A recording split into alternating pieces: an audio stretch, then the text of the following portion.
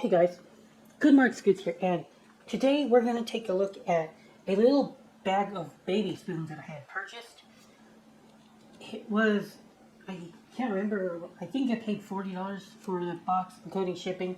The problem was that it was from one of the further Goodwills away from me, so shipping was higher, and then I couldn't find anything I wanted to combine shipping with this box, which kind of hurts because I need to get to as close as 20-pound boxes as possible. That keeps the price of shipping down per pound bought. I don't quite care about anything else when it comes to shipping. I don't care about how much I'm paying for shipping, but as long as I'm getting enough stuff that the shipping charges are worth it. In this case, that kind of hurts. $13 I think was the shipping cost for about $3-pound box of baby spoons, but that's alright because the box is quite good. Now, the funny thing about baby spoons are that they're more valuable than you would think at first, because, well, babies are notoriously bad at keeping their belongings in good shape and condition. I would imagine that babies, well, they do not care much for the finer things in life yet.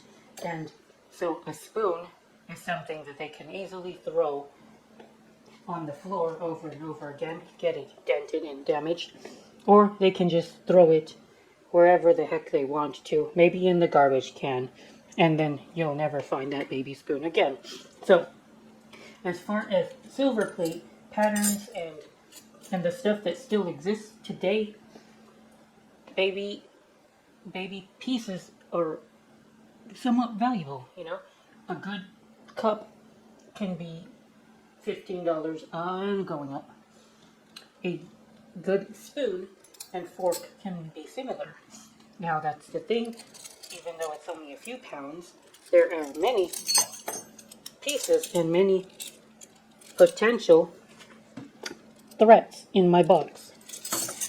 Many ways to recoup that $40. Now, I'll show you guys how in a bit. Now, you'll notice that I have them separated into two little piles. Now, I also know that there's a little bit of sterling in the box. Two of these pieces were real silver. Now, I'll try to get them. And unfortunately today, you're not going to see my first reactions on the box because I had already looked through it before I went to bed yesterday. I originally I wasn't going to do this video, but I decided that there were some cool things to talk about in this lot anyway, so I decided to do it. Oh well, that's a good one too. If I figure out which ones are silver again and separate them out, well, you might run into them later. But yeah, there's an ounce of silver in this mess somewhere. Somewhere. So anyway, let's look at this one. It's not a baby spoon. This is more like a collectible spoon. And all it says is Wien, which I believe is a city in Austria. And the guy seems to be playing a violin. So this is more along the lines of a tourist spoon that they just threw in here. You'll buy it if you go to Wien and want to take home a souvenir. Put that to the side. Alright. So these ones are very interesting. I don't know quite how much they're worth. All these say is baby.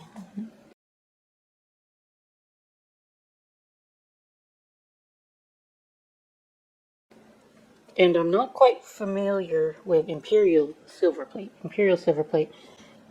They're probably an offshoot of one of the bigger plating firms because they like to have product made under different lines.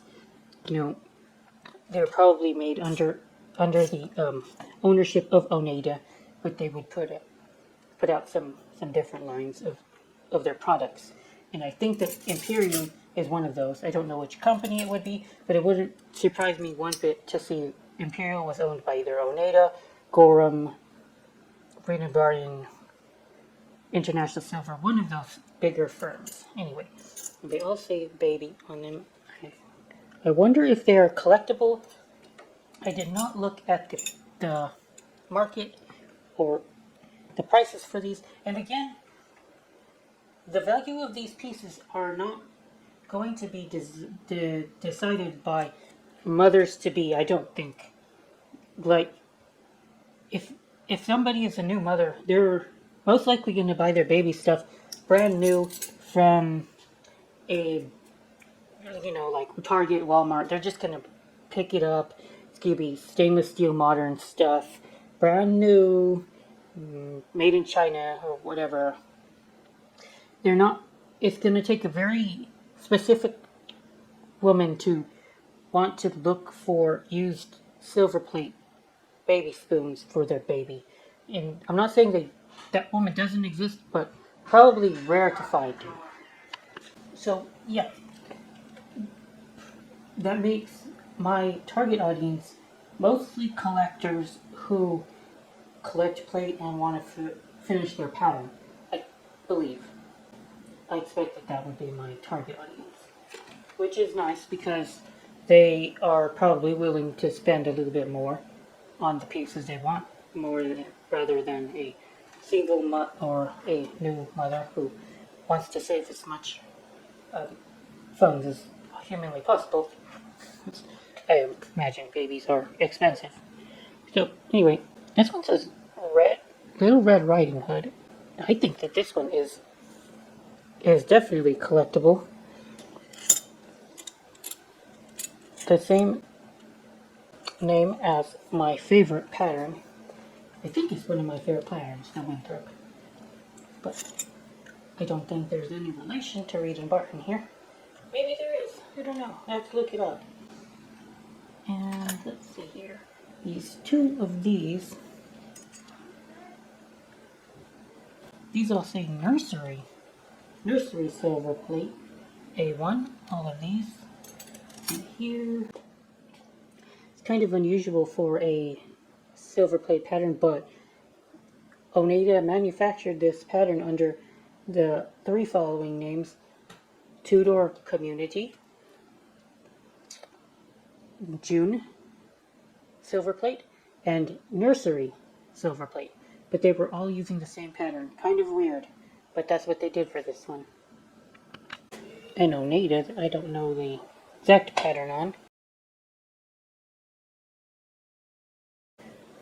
Not sure.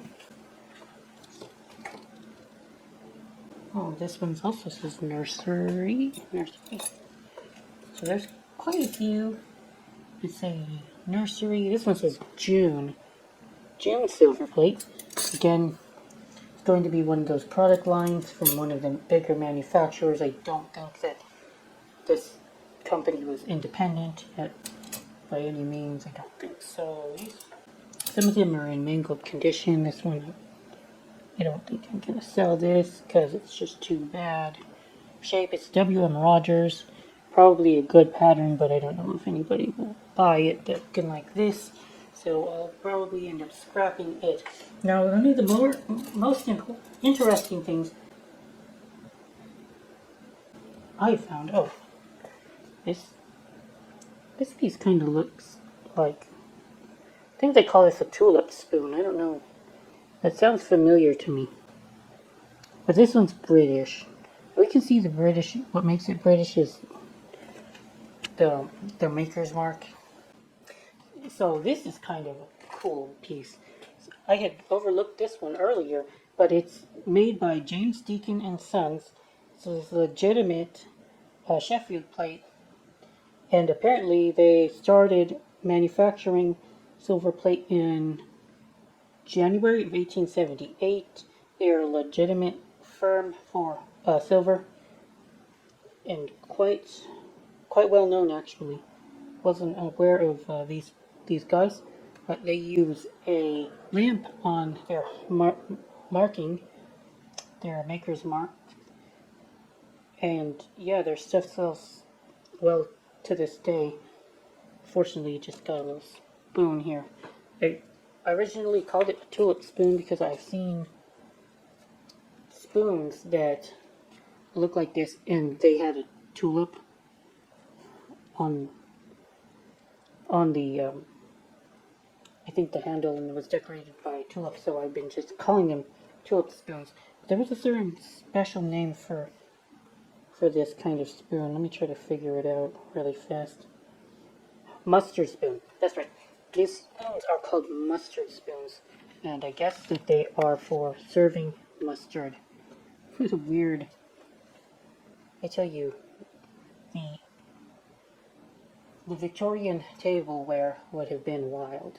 The Victorian table would have been wild with all their conventions and different pieces of silverware that you had to know what you were doing when you were eating, or else you would have been highly judged by your peers of your contemporary society. So that's what it was like back then. Oh, okay. I put the here's I put the sterling in the other pile. You might find a lot of these sometimes. They're Gerber spoons, made by Winthrop, but they got the Gerber baby on them. They're relatively common, but they sell well. So yeah, I've probably collected at least 2 dozen by now. I would think. Haven't sold them yet, or haven't tried to. Just have so much to list. Another Gerber spoon. Okay. There are a lot of good patterns in this box. I'm very, very pleased with it so far. Well, let's go ahead and call this a day right now. I got some really good patterns to show you all. Some mainstream patterns of the more popular patterns that still sell decently to this day. Right. Till next time, guys. Good marks, good out.